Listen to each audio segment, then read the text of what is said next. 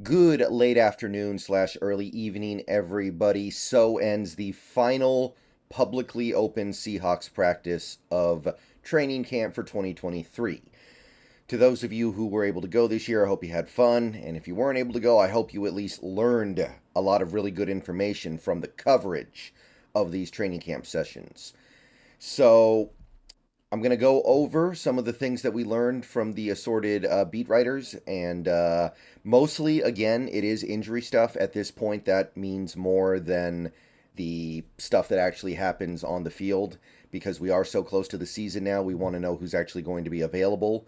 But there were a couple of notes on some positive things that transpired on the actual field and showing who looks like they're ready for the season. So, first off, linebackers. Good news, bad news. I guess, like, I don't even consider this to really be bad news, but I guess it's, by some definition, bad news. Jordan Brooks, he's participating in the walkthroughs, which he can now do because he's off the PUP, but he still isn't doing full contact practicing with the team. So he's still working his way back. And again, it would not surprise me at all if he misses a few games to start the season. And we're in a position where we don't necessarily need him.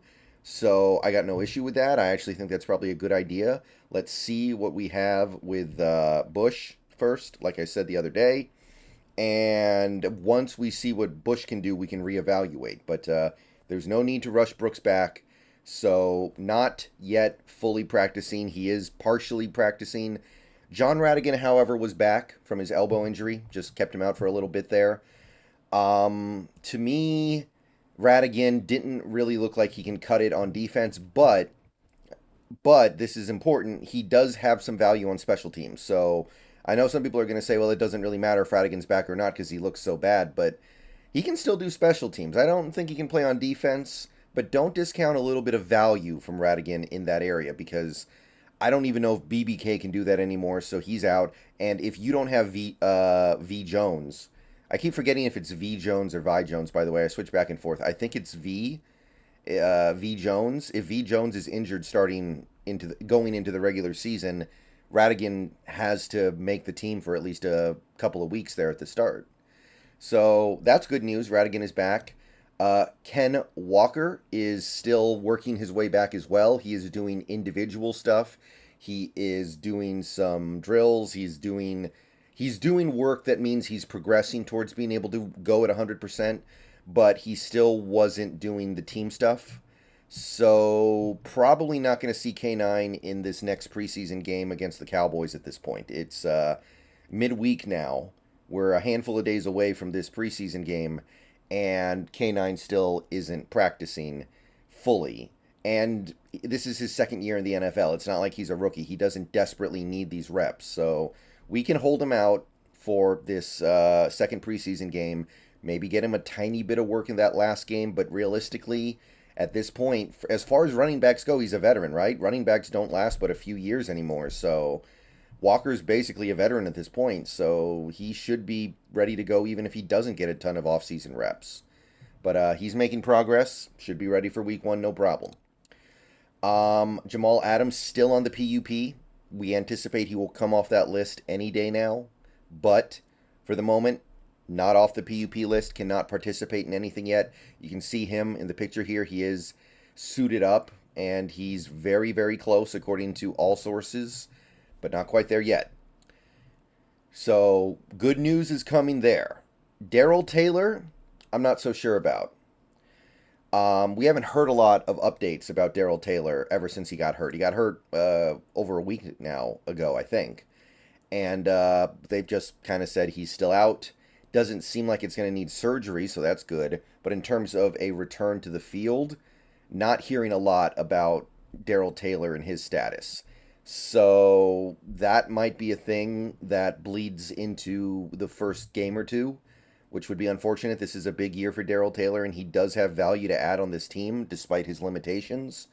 So hopefully we get some concrete updates there. I feel like they've been pretty mum on his status. Trey Brown joined the injured list today, not practicing, no helmet. Don't know what it means. Don't know if it's significant. I didn't get the sense that it was significant. They didn't point out any like significant injury with him. They just said he's not practicing, and sometimes these guys just get the day off. So nothing to really concern ourselves with there, but Trey Brown was joining the players who did not practice today. We also got Oluwatimi, a little bit of a Oluwatimi update here from Michael Dugar. He did position work. He did some solo work on like the side, but he was not doing the teamwork. He wasn't doing the full contact stuff. So Oluwatimi makes progress, just like a lot of these guys are making progress, but they're not all the way there yet. So this is going to be kind of a big, impactful moment for Oluwatimi in my estimation. His ability to play in this upcoming Dallas preseason game, I think, is big. So I'm really hoping that he can get back with the team between now and that game. I want to see him against the Cowboys. I want to see him against his old teammate, maybe Mozzie Smith, a little bit. I want to see how he holds up in that game. If he holds up well, we may have a new starter on our hands. It's at least possible. So let's see. Let's see it. If he's not out there, you can't see it. And I don't think you can play him if he doesn't get a lot of reps in these upcoming preseason games. Doesn't seem like it's a big injury, but is it enough? Time will tell.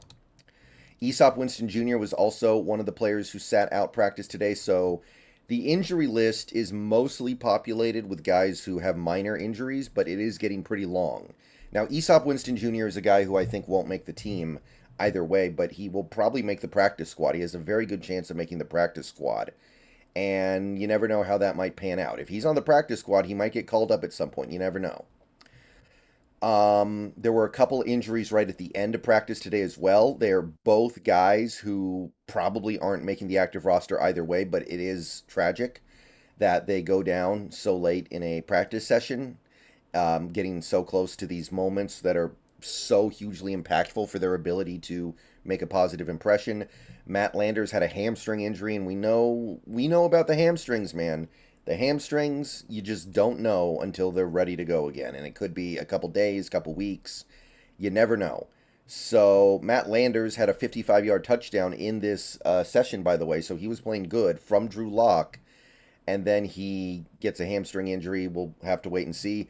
Jonathan Sutherland, who has low-key been playing pretty well in camp, and then he played really well in that preseason game, had a lower leg injury on the final play of practice. Always brutal. And Sutherland, I think he's on the outside looking in, but he's a good special team player, so I'm not counting him out. So that would be a loss.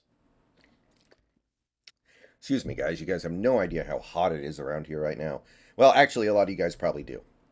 So those are the injury updates. We get Rhattigan back, but a bunch of players actually join the injured list. It seems like it's mostly minor stuff, but time will tell.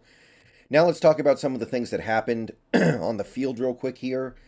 Geno was locked in. Geno threw a couple of touchdowns in the red zone blitz period to Lockett and Metcalf, so those two guys are ready to go. Those are at the end of the day, we talk about how excited we are for guys like Bobo or Landers or Cody Thompson or, these reserve receivers that are just trying to make the team, but Lockett and Metcalf being locked in is way more valuable than any of that. And I think we all know those guys are going to be locked in because they've been doing so good for us for so long. But looks like those guys are really coming alive. Metcalf has had several really good days already in this training camp period. Lockett, good to see him going as he always does. We also had a couple of beautiful plays from JSN, touchdown catches, beating Jonathan Sutherland. So good to see there. There's definitely been a significant slowdown in the daily JSN highlight reel stuff because early on in training camp, it seemed like every single day JSN was producing some crazy good highlight. JSN was doing something over the top cool that made everyone excited for him. And as training camp went on, I don't think that those stopped, but people stopped talking about it because it became so expected. Right? Like he was still making those really good plays, but it became we started to take it for granted because he was doing it every day. But it doesn't seem to me that he's actually slowed down all that much. So he had a couple really nice plays during the I think this was the 7-on-7 session. Greg Bell doesn't specify, but I believe so. He did, however, drop a pass, which was very, very rare for JSN to do. I think Pete said that it was the first time he's dropped a pass so far since he got drafted. So I don't know if that's true or not, but we know he has really good hands. So just understand, I mean, this is a great lesson. Even the players with great hands do drop occasional passes. We've seen Lockett drop passes. He's got great hands. Lockett dropped, I think, 8 passes a couple years ago, but nobody ever says nothing about his hands because you're going to drop the ball sometimes. So, keen reminder, I guess. But that was basically all I could get from the beat reporters. So, shout out to these guys, by the way. They continue to do a great job. Brady Henderson, Greg Bell, Michael Sean Dugar, Bob Condota, Corbin Smith. These guys, they're out there pretty much every day reporting on stuff. They do a great job. They really help out people like me that can't go to all the practices. And they help out a lot of people who can't go to these practices. So shout out to them. They do a great job. And yeah, that was your final public training camp session of this offseason. So hope everybody had fun. Mostly a productive day, a lot of positive signs, but it'll feel a lot better once these guys start to actually get all the way back. These guys keep approaching the point where they're all the way back, and then they're just not quite there yet. The moment when these guys are just ready to go at 100% and are able to do all the things that they're capable of doing and are able to fully contribute positively to this team, that'll make people feel a lot better. Right now, people are looking at the length of players that are dinged up, and they're getting nervous. But we still have a pretty good amount of time before the games start. It's still, what? It's still not until, I think the first game is, September 12th or something? So we are still a good distance away, plenty of time. I'll catch you guys later. Twitch tonight, go Hawks.